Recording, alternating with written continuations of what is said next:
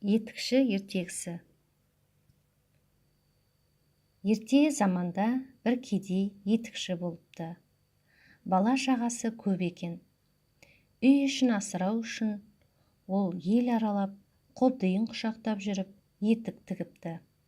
Күндердің күнінде қобдиын қолтықтап, таныс емес бір ауылға аттанады. Бұрын жүрмеген жолы болған соң, етікші адасып кетеді. Түн болады.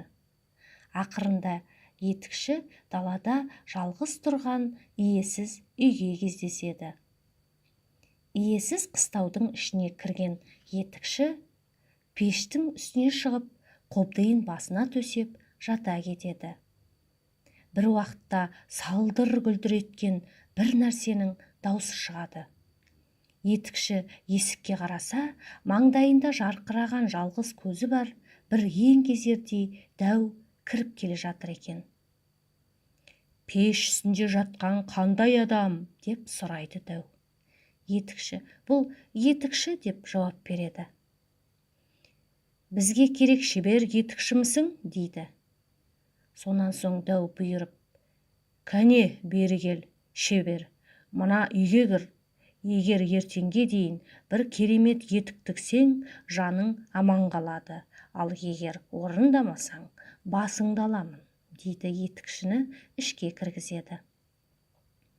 Дәудің өзі есіктің алдына жатып, ұйқыға кіріседі.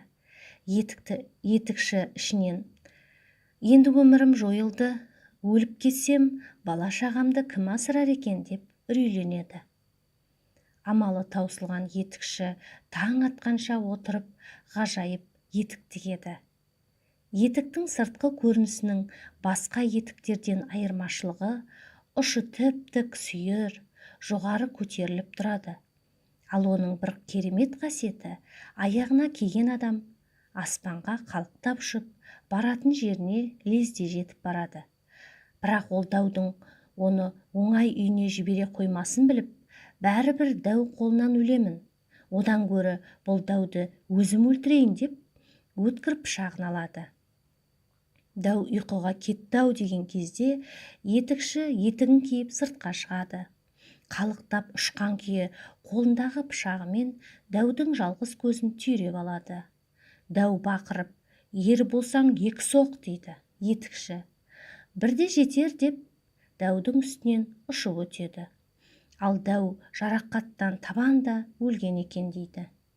Етікші сыртта тұрып, әр ойлап, бер ойлап, иесіз үйдің төбесіне шығып түнейді.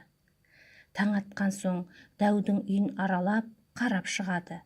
Үйдің бір қараңғы жерінде темір сандық тұр екен. Етікші темір сандықты әзер дегенде ашады. Оның іші толған алтын, күміс екен. Бұдан кейін етікші алтын мен күмісті керегінше алып, ғажайып етігін киіп, үйіне ұшып келеді. Дәуден алған байлығының жартысын еліндегі жетім-жесірлерге таратып береді. Осылай етікші тұратын ауылдың тұрмыстары жақсарып, мұраттарына жетеді.